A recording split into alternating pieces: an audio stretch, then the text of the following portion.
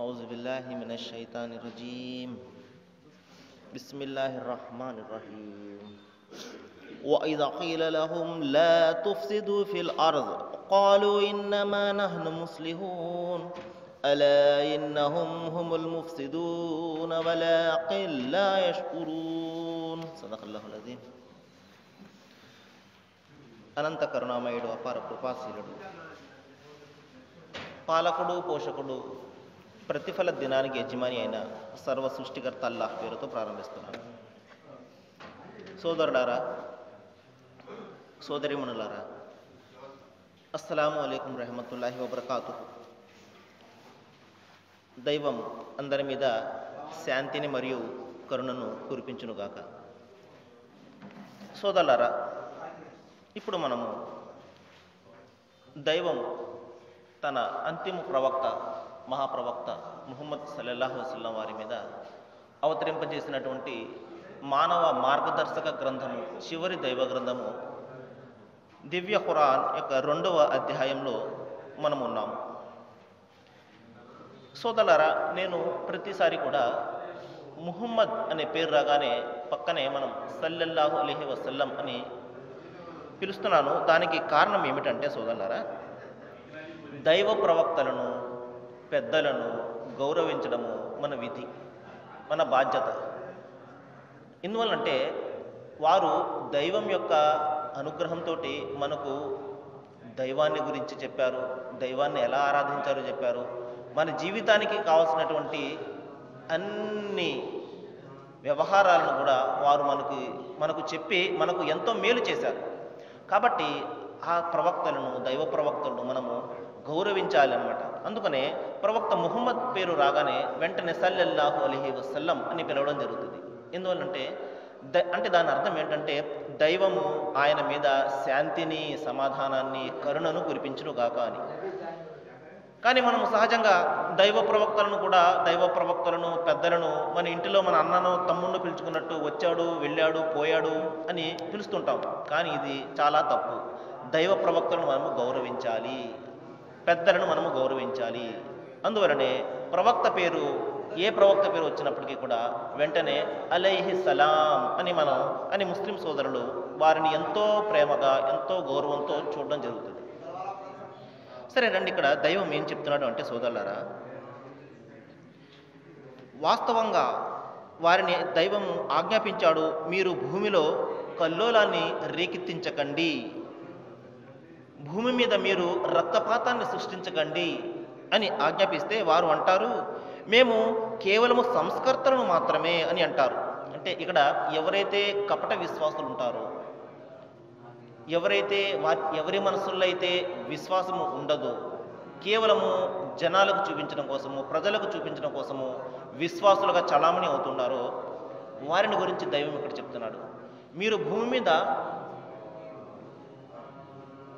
కల్లోలాన్ని రేకెత్తించకండి అని ఆజ్ఞాపిస్తే వారు అంటారు, మేమేమి కల్లోలాన్ని రేకెత్తించడం లేదు, మేము కేవలం సంస్కృతిని మాత్రమే, మంచి చేయడానికి మేము చూస్తున్నాము అని వారు సమాధానం కలుగుతారు. సోదరులారా, ఇక్కడ కల్లోలాన్ని దైవం ఎందుకు ఇష్టపడడు? చూడండి సోదరులారా, దైవం ఖురాన్లో చెప్తున్నాడు, నేను కల్లోలాన్ని రేకెత్తించేవారిని, భూమి మీద రక్తపాతాన్ని సృష్టించేవారిని ఎన్నడూ కూడా ఇష్టపడను అని దైవం చాలా స్పష్టంగా చెప్పడం జరిగింది. ఎందువల్లంటే దైవము ఈ అనంతమైన సృష్టిని, ఇందులో ఉన్నటువంటి అన్ని వనరులను కేవలము మనిషి కోసం సృష్టించాడు. సృష్టించి వీటిని సరైన రీతిలో వినియోగించుకో, నీవు ఇష్టమైనటువంటి పదార్థాలను తిను, త్రాగు, కానీ నువ్వు హద్దులు మాత్రం మీరకు అని చెప్పేసి దైవం ఇక్కడ మనిషికి ఒక హద్దులను సూచించడం జరిగింది. ఒక బౌండరీని దైవం ఇక్కడ సూచించడం జరిగింది.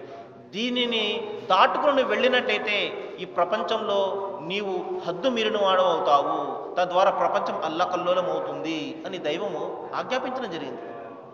కానీ మనిషి చూడండి, ఈ రోజున సోదరులారా, దైవం యొక్క సమతుల్యతను ఏ విధంగా దెబ్బతీస్తున్నాడు. మనకు వస్తున్నటువంటి ఆపదలు కానివ్వండి, ఈ ఉపద్రవాలు కానివ్వండి, ఈ తుఫాన్లు కానివ్వండి, ఈ యొక్క భూకంపాలు కానివ్వండి, కేవలము మనిషి ఈ సృష్టి సమతుల్యతను దెబ్బతీయడం వలనే వస్తున్నాయి. చూడండి, మనిషి అడవులన్నింటినీ కూడా నరికేస్తున్నాడు. తద్వారా ఏమవుతుంది? సరైనటువంటి వర్షాలు లేకుండా మనము విలవిల్లాడిపోతున్నాం. లేకపోతే వర్షాలు పడితే అదే పనిగా వర్షాలు పడుతున్నాయి. చూడండి, ఎక్కడ కూడా సమతుల్యత అనేది ప్రపంచం కోల్పోయింది. మనము కొద్ది రోజుల క్రితం పరిశీలించినట్లయితే, ఉదాహరణకు చూడండి, ఒక 30 సంవత్సరాల క్రితము మన యొక్క కాలాన్ని మనం పరిశీలించినట్లయితే చాలా ప్రశాంతంగా ఉండేది. మంచి ఆహ్లాదకరమైనటువంటి వాతావరణం ఉండేది. పల్లెల్లో అయితే ఇంకా గొప్పగా మంచి వాతావరణం ఉండేది. మనం అనుకునేవాళ్ళం ఎంత బాగుండేదో ఆ రోజులు అని చెప్పేసి. కానీ ఈ రోజున ప్రపంచం చూడండి, ఎక్కడ పడితే అక్కడ సిమెంటమయం అయిపోయింది. మట్టి చూడడం కూడా మనకు కనబడడం లేదు. రోడ్లన్నీ కూడా సిమెంటమయం అయిపోయింది. మరి పైనుండి పడుతున్నటువంటి వాన నీరు భూమి లోపల ఇంకిపోయే పరిస్థితి ఈ రోజున కనబడడం లేదు. అందుకని ఈ రోజున చూడండి, 150 అడుగులు మనము బోరింగ్ వేసినా కూడా నీళ్లు పడని పరిస్థితి ఈ రోజున. ఎందువల్లంటే ఆ నీళ్లు భూమిలోకి ఇంకిపోవడం లేదు. ఈ విధంగా మనిషి తన స్వార్థం కోసము కేవలం నేను మాత్రమే బాగుండాలి అన్న ఆలోచనతోటి ఏం చేస్తున్నాడు? ఇతరుల హక్కులను కొల్లగొట్టేస్తున్నాడు. భూమిని, ఈ సృష్టిని అంతటినీ కూడా అల్లకల్లోలం చేసేస్తున్నాడు, అస్తవ్యస్తం చేసేస్తున్నాడు, సమతుల్యతను దెబ్బతీసేస్తున్నాడు. తద్వారా ఏం జరుగుతుంది? దైవం యొక్క ఆపదలన్నీ కూడా మన మీద పడుతున్నాయి. దైవం అంతిమ గ్రంథంలో ఒక మాట చెప్తున్నాడు, మా అసాబక హసనతన్ ఫమినల్లా వమా అసాబక సయ్యతన్ ఫమినన్ నఫ్సిక. ఓ మనిషి, నీకు ఏ మంచి జరిగినా కూడా అది దైవం తరపు నుండి జరిగినదే. మరి నీకు ఏ చెడ్డ జరిగినా కూడా అది నీవు చేసుకున్నటువంటి పనుల ఫలితమే అని చెప్పేసి దైవం ఇక్కడ చెప్పడం జరిగింది. కాబట్టి మన మీద ఆపదలు వస్తున్నాయంటే, ఈ విధంగా సృష్టి అంతా కూడా అల్లకల్లోలం అయిపోతుందంటే, ఈ విధంగా భూకంపాలు, ఈ విధంగా సునామీలు వచ్చేస్తున్నాయంటే, తుఫాన్లు ఒకదాని తర్వాత ఒకటి వచ్చేస్తున్నాయంటే, ఇవన్నీ కేవలము మనిషి తాను స్వార్థంతో చేసుకున్నటువంటి దాని ఫలితమే. ఈ రోజున చూడండి సోదరులారా, మనము విజ్ఞానపరంగా చాలా అభివృద్ధి చెందాము. దానికి మనం ఎంతో గర్వపడాలి కూడా. కానీ మన విజ్ఞానం ఏం చేస్తుందంటే మనను అధోగతి పాలు కూడా చేస్తుంది. ఉదాహరణకు చూడండి, సెల్ ఫోనే మనం చూసుకుందాము. ఈ సెల్ ఫోన్ అనేది దైవం మనిషికి ఇచ్చినటువంటి అద్భుతమైనటువంటి మేధస్సుతోటి కనుక్కున్నటువంటి వస్తువు. నిజమే, దీనివలన 10% మాత్రమే ప్రయోజనం ఉంటే 90% దీనితోటి నష్టాలు ఉన్నాయి. ఈ రోజున సైన్స్ చెప్తుంది, మరి ఎక్కువగా సెల్ ఫోన్తో మాట్లాడడం వలన బ్రెయిన్ క్యాన్సర్ వచ్చే అవకాశం ఉందంటుంది. అదేవిధంగా జేబులో పెట్టుకోవడం వలన హార్ట్ అటాక్ వచ్చే అవకాశం కూడా ఉంది అంటుంది. అదేవిధంగా మొలకు పెట్టుకోవడం వలన సంతానాన్ని కలిగించే సామర్థ్యం తగ్గిపోతుంది పురుషుల్లో అని చెప్పేసి ఒక రిపోర్ట్ చెప్పింది. ఆ యొక్క రేడియేషన్ వలన. ఇది సెల్ ఫోన్ వలన శారీరకంగా మనకు కలిగే నష్టాలైతే, మన కుటుంబ జీవితాల్లో ఈ సెల్ ఫోన్ చేస్తున్నటువంటి ఉపద్రవం ఉంది చూశారు, అది చాలా భయంకరమైనది. చూడండి, ఒక సెల్ ఫోన్ కంపెనీ చెప్తుంది, మా సెల్ ఫోను జీవిత భాగస్వామి అండి, లైఫ్ కంపానియన్ అని చెప్పేసి ఒక స్లోగన్ పెడుతుంది. నిజమే, లైఫ్ కంపానియన్ జీవిత భాగస్వామే. భర్తకు భార్య స్థానంలో సెల్ ఫోన్ వచ్చి కూర్చుంది, అదేవిధంగా భార్యకు భర్త స్థానంలో సెల్ ఫోన్ వచ్చి కూర్చుంది. భర్త కష్టపడి జాబ్ చేసో లేకపోతే వ్యాపారం చేసో ఇంటికి వస్తే భార్య అతనికి టీ ఇవ్వడానికి కూడా ఖాళీ లేనంతగా ఫోన్లో మాట్లాడుతూ ఉంటుంది, లేకపోతే ఆ టీవీల్లో సీరియల్స్ చేస్తూ కూర్చుంటుంది. ఈ విధంగా మానవ సంబంధాలన్నీ కూడా ఛిద్రమైపోతున్నాయి ఇటువంటి వ్యవహారాలతోటి. చూడండి, ఒకప్పుడు మనం చూస్తుంటాము, కుటుంబం అంతా కూడా కలిసి హాయిగా ఆనందంగా వాళ్ళందరూ కూడా భోజనం చేస్తూ ఉండడము, 4 మాటలు చెప్పుకుంటూ ఆనందంగా గడపడము మనము కొంతకాలం క్రితం చూసాం. కానీ ఈ రోజున పిల్లలు చూస్తే టీవీ ప్రోగ్రాంలు ఉంటారు, ఆ భార్య చూస్తే ఫోన్లో మాట్లాడుతూ ఉంటుంది, లేకపోతే భర్త ఏమో ఇంకొక ఫోన్లో మాట్లాడుతుంటాడు. ఈ విధంగా మానవ సంబంధాలు అన్నీ కూడా ఈ రోజున ఏం జరిగినాయండి? అన్నీ కూడా ఛిద్రమైపోయాయి. మనము కల్పించుకున్నటువంటి టెక్నాలజీలు ఏం చేస్తున్నాయి? మనలను మరింతగా మానవ సంబంధాలకు దూరం చేసేస్తున్నాయి. ఇదనమాట మనిషి సాధించినటువంటి ప్రగతి. ఇంకొక ప్రగతి చూడండి, మనము 2-3 రోజుల క్రితము మనము పేపర్లు చదివినట్లయితే మనిషి మేధ ఎంతగా ఉన్నతంగా చెందిందో నైతికంగా అంత దిగజారిపోతుంది అన్నదానికి ఒక ఉదాహరణ. చూడండి, అసంబద్ధమైనటువంటి లైంగిక సంబంధాలను గురించి, హోమోసెక్సువాలిటీని గురించి మనకు ఒక కోర్టు ఏం చెప్పింది? ఇది పర్వాలేదు, ఇది చేసుకోవచ్చు అని చెప్పేసి ఒక కోర్టు చెప్పింది. చూడండి, మనిషి యొక్క మేధస్సు ఎంతగా గడ్డి తింటుందో ఒకసారి చూడండి. దైవము ఒక అందమైనటువంటి ఒక అనుబంధాన్ని స్త్రీ పురుషుల మధ్య వివాహ రూపంలో పెట్టాడు. వివాహం ద్వారా స్త్రీ పురుషుల యొక్క అనుబంధాన్ని పెట్టాడు, సంబంధాన్ని పెట్టాడు. ఎందుకు? తద్వారా వారి ద్వారా ఒక మంచి సంతాన వృద్ధి రావాలి, ఒక మంచి సంతానం ఉనికిలోనికి రావాలి, ప్రపంచ మనుగడ జరగాలి. ఇది భార్యాభర్తల యొక్క కలియక యొక్క పరమార్థం. కానీ మనిషి తన యొక్క కోరికను మగవాడు తన కోరికను మగవాడితో తీర్చుకోవడం, ఆడది తన కోరికను ఆడదాంతో తీర్చుకోవడం, ఇది ఎంత ప్రకృతి విరుద్ధమైనటువంటి వ్యవహారం ఒకసారి చూడండి. దీన్ని బుద్ధి ఉన్నటువంటి, జ్ఞానం ఉన్నటువంటి ప్రతి వ్యక్తి కూడా ఖండించాలి ఇటువంటి విషయాన్ని. ఒక కోర్టు ఏం చెప్పింది? అటువంటిది చేసుకోవచ్చు అని చెప్పింది. చూడండి మనిషి యొక్క బుద్ధి ఏ విధంగా దిగజారుతుందో చూడండి. మరి ఇంకొక కోర్టు ఏం చెప్పింది మనకు? సుప్రీంకోర్టు లేదు, అది చాలా తప్పు, అటువంటి చేయకూడదు అంటే ఈ రోజున ప్రతి రాజకీయ నాయకుడు, ప్రతి వాడు కూడా ఆ కోర్టు తీర్పును ఖండించడానికి ఈ రోజున బయలుదేరాడు అంటే మనం ఏ స్థాయిలో ఉన్నామో ఒకసారి ఆలోచించండి. మన యొక్క ప్రజలకు, మన యొక్క బిడ్డలకు మనము ఏ సందేశం ఇస్తున్నామో ఒకసారి ఆలోచించాలి సోదరులారా. మనం కేవలము మనము మంచి మాటలు వినడమే కాదు, మనం మన చుట్టూ ప్రపంచంలో జరుగుతున్నటువంటి పరిస్థితులను కూడా మనం పట్టించుకోవాలి. లేకపోతే ఆ చెడు రేపొద్దున మన బిడ్డలకి వచ్చి చేరుతుంది. మన బిడ్డడే లేకపోతే మన కూతురు అటువంటి పరిస్థితులు ఇరుక్కుంటే మనం ఏ సమాధానం చెప్తాము? చూడండి, ఈ విధంగా ధార్మిక సంస్థలన్నీ కూడా ఖండిస్తున్నాయి, ముస్లిం సంస్థలన్నీ కూడా ఖండిస్తున్నాయి. ఇటువంటి అనైతికమైనటువంటి విషయాలు, ప్రకృతికి విరుద్ధమైనటువంటి విషయాలను ప్రతి వాళ్ళు కూడా ఖండించాలి. కానీ ఈ రోజున అది కోర్టు తీర్పు ఖండించకపోతే మనం ఏదో అనాగరికులము అన్నట్టుగా ఈ రోజున ప్రతి వాళ్ళు కూడా కోర్టు తీర్పును ఖండించడానికి సాహసిస్తున్నారు అంటే మన బుద్ధి, మన జ్ఞానము ఏ విధంగా దిగజారిపోతున్నాయో ఒకసారి మనం ఆలోచించాలి. కాబట్టి సోదరులారా, దైవము ఈ విధంగా సృష్టిలో ఒక సమతుల్యతను పెట్టాడు. మీరు తినండి, త్రాగండి, కానీ హద్దులు మాత్రం మీరు ప్రవర్తించకండి. ఎప్పుడైతే మనిషి హద్దులను మీరుతాడో భూమి మీద ఉపద్రవాలు బయలుదేరుతాయి, ఈ విధంగా ఆపదలు బయలుదేరుతాయని చెప్పడం జరిగింది. కానీ మనం ఎటువంటి పరిస్థితులు కూడా వినిపించుకునే స్థితిలో లేము. కేవలం మన స్వార్థం మాత్రం మనం కావాలి, మనం మాత్రమే బాగుండాలి అన్న ధ్యాసతోటి ఈ రోజున ఏం జరుగుతుంది? ఇతరులకు రావాల్సినటువంటి హక్కులు మనం కొలగొట్టేస్తున్నాము. తద్వారా ఈ ప్రపంచం అంతా కూడా అల్లకల్లోలంగా మారిపోయింది. కాబట్టి ఇక్కడ దైవం చెప్తున్నాడు, మీరు ఎంత మాత్రం కూడా మీరు జీవించండి, ఇతరులను కూడా జీవింపజేయండి. మీరు శాంతిగా ఉండండి, ఇతరులను కూడా శాంతిగా ఉండనివ్వండి. కేవలం మీ స్వార్థంతో మీరు ఈ విధంగా చేసినట్లయితే ప్రకృతి సమతుల్యత దెబ్బతింటుంది.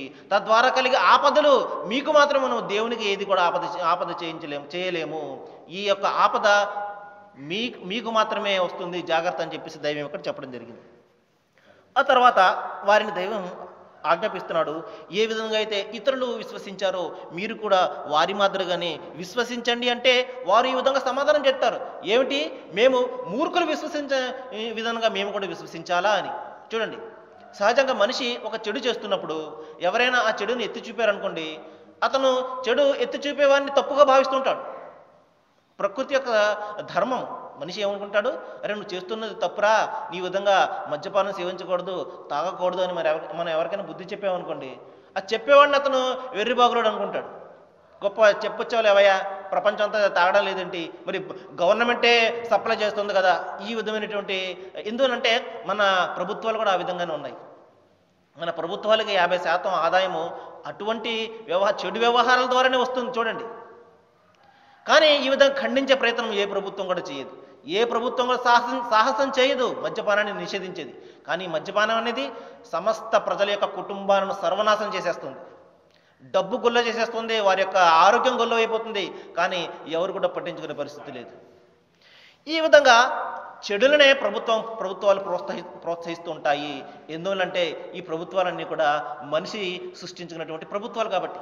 కానీ దైవం యొక్క ప్రభుత్వం ఆ విధంగా ఉండదు. తప్పు అంటే తప్పే. నీకు మంచి జరగాలంటే నువ్వు తప్పు నుండి దూరంగా ఉండాలి, చెడు నుండి దూరంగా ఉండాలి, అప్పుడు మాత్రం నీకు శాంతి లభిస్తుంది అని చెప్పేసి దైవం యొక్క ప్రభుత్వం ఆజ్ఞాపిస్తూ ఉంటుంది. మనకు మంచి జరగాలంటే ఉదాహరణకు చూడండి, జబ్బు వచ్చింది, ట్యాబ్లెట్ వేసుకుంటాం, ట్యాబ్లెట్ చేదుగా ఉంటుంది కదా అని చెప్పేసి మనం పక్కన పడేస్తే మన జబ్బు ఏ విధంగా తగ్గదో, ఈ విధంగా సమాజానికి మంచి జరగాలి అని మనం కోరుతున్నప్పుడు, జరిగించడానికి మనం ప్రయత్నాలు చేస్తున్నప్పుడు కొన్ని ఉపద్రవాలు మనకు వస్తాయి, కొన్ని ఆపదలు, కొన్ని కష్టాలు వస్తాయి. కానీ ఆ కష్టాలు మనం ఓర్చుకున్నట్లయితే మన సమాజాన్ని మార్చే వాళ్ళం అవుతాం. ఉదాహరణకు చూడండి, రోడ్డు వేస్తున్నారనుకోండి, రోడ్డు వేసినప్పుడు రోడ్డు అంతా ముందు తవ్వేస్తారు, తద్వారా ప్రజలకు చాలా ఇబ్బంది కలుగుతుంది. మనం తిట్టుకుంటుంటాం, ఇప్పుడే మొదలెట్టారేంటి వీళ్ళని చెప్పేసి. కానీ మనం కొద్దిగా కష్టాన్ని ఓర్చుకున్నట్లయితే మంచిగా రోడ్డు పడుతుంది, రోడ్డు మీద ప్రయాణించే వాళ్ళు మనమే అవుతాం. అప్పుడు మనమే అనుకుంటాం, అరే రే ఆ రోజున మనం తిట్టుకున్నామే కానీ రోడ్డు చాలా బ్రహ్మాండంగా వేశారు, చాలా మాకోసమే వేశారని చెప్పేసి మనం అనుకుంటాం. ఈ విధంగా సమాజాన్ని మార్చే క్రమంలో కొన్ని కష్టాలు మనకు ఎదురవుతాయి, ప్రజల నుండి నిరసనలు ఎదురవుతాయి. ఉదాహరణ చూడండి, మద్యపానాన్ని మనం నిషేధించే ఉద్యమాన్ని మనం చేపట్టామనుకోండి, చాలామంది కాదంటారు. కానీ మనము అది ముందుకు తీసుకెళ్ళినట్లయితే, ఒక్కసారి సంపూర్ణంగా మద్యపానాన్ని మనం నిషేధించినట్లయితే అన్ని కుటుంబాల్లో కూడా ఆనందాలు కలుగుతాయి, అందరూ కూడా సుఖంగా ఉంటారు, శాంతిగా ఉంటారు. ఎందువలంటే ఈ రోజున అన్ని నేరాలకు తల్లి వంటిది మద్యపానం అనమాట. సరే, ఈ విధంగా విశ్వసించే వారితో మీరు ఒకటి విశ్వసించండి అయ్యా, ఎందుకు రెండు విధాలుగా ఉంటారు, ఒకవైపు విశ్వాసం ఉంటుంది, ఒకవైపు అవిశ్వాసం ఉంటుంది, అలా కాకుండా పూర్తిగా విశ్వాసులుగా మారండి అయ్యా మీరు అంటే ఏంటి, మూర్ఖులు విశ్వసించే విధంగా మేము విశ్వసించాలా? వారేదో పనికి మానిన వాళ్ళు, వాళ్ళకి పని లేదు పాట లేదు, 5 పూట్ల నమాజ్కి వెళ్తూ ఉంటారు, వాళ్ళకి పనే ఉంది, కానీ మేము బిజీగా ఉన్నాము, మా యొక్క వ్యాపారాలు ఏమైపోవాలి, మా ఉద్యోగాలు ఏమైపోవాలి, ఈ విధంగా రోజుగా 5 సార్లు నమాజ్కి వెళ్ళడం అంటే అది ఎంత కష్టమైన పని. వాళ్ళకి పని పాట లేదు, మూర్ఖులు వాళ్ళు ఏదో చేస్తారు, వాళ్ళ మాదిరిగా మేము కూడా చేయాలా? ఈ విధంగా సహజంగా మనిషి ప్రశ్నిస్తుంటాడు ఈ విధంగా. కానీ దైవం అంటున్నాడు, ఓరే బుద్ధి లేని వారులారా, మూర్ఖులు వారు కాదు మీరు. ఎందుకంటే వారికి నిజమైనటువంటి మార్గం తెలుసు కాబట్టి దైవం వద్దకు వచ్చి వాళ్ళు నమాజు చేస్తున్నారు, తమను సాష్టంగా పడుతున్నారు దైవం వద్దకి, తమ జీవితాలను వారు కోరుతున్నారు కాబట్టి ఈ విధంగా దైవం వద్దకు వస్తున్నారు. మూర్ఖులు వారు కాదు మీరు, ఎందుకంటే సర్వనాశనం అయ్యేది మీరు అని చెప్పేసి దైవం ఇక్కడ చెప్పడం జరిగింది. ఆ తర్వాత సోదరులారా, ఇంకొక విషయాన్ని నేను చెప్పి ముగిస్తాను. ఎందుకు ఈ విధంగా మస్జిద్ నుండి తెలుగులో సందేశాన్ని వినిపిస్తున్నారండి అన్న ప్రశ్న వస్తే దానికి నేనేం చెప్తున్నానంటే, సోదరులారా, ఈ దైవ గ్రంథము అందరికీ సంబంధించినటువంటి దైవ గ్రంథము.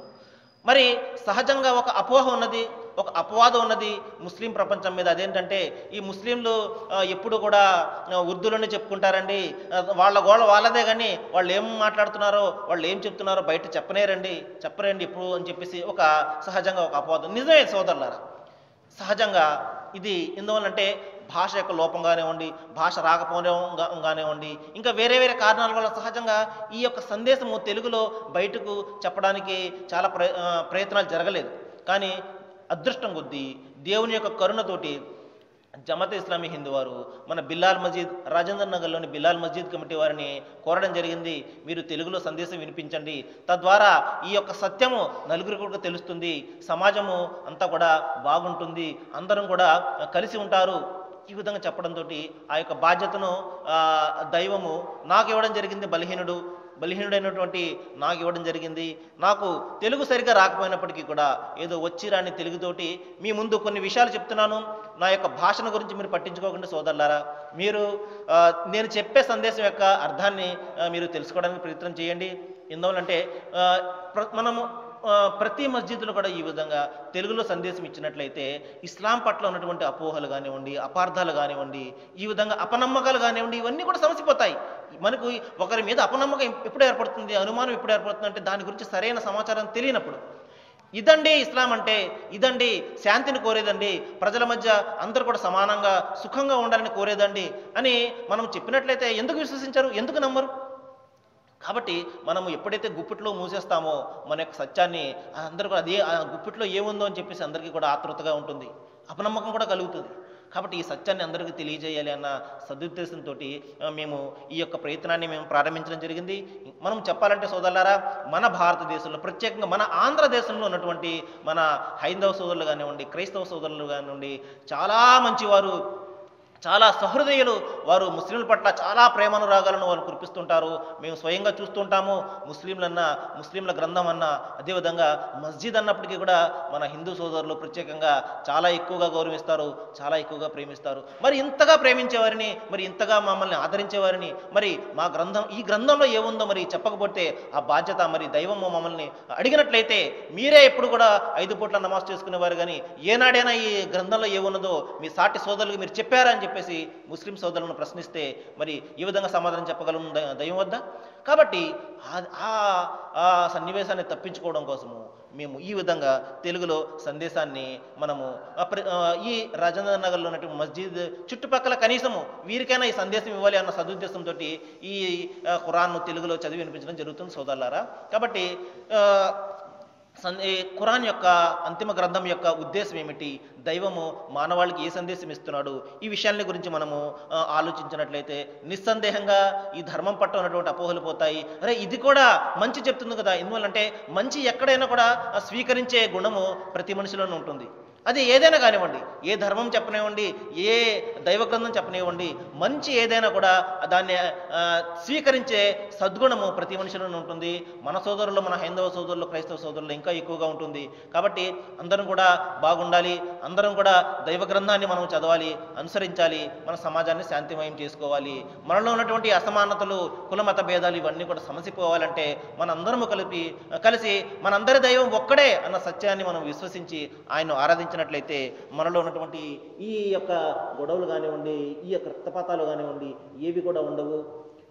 నేను దైవాన్ని ప్రార్థిస్తున్నాను, ఏ విషయాలైతే నేను మీ ముందు ప్రస్తావించానో వాటిని మనం బాగా ఆలోచించాలని, అనుసరించాలని దైవం మీకు నాకు మనందరికీ కూడా జ్ఞానాన్ని ప్రసాదించుగాక. వాఖిరు దావాని అల్హమ్దులిల్లాహి రబ్బిల్ ఆలమీన్. అస్సలాము అలైకుం.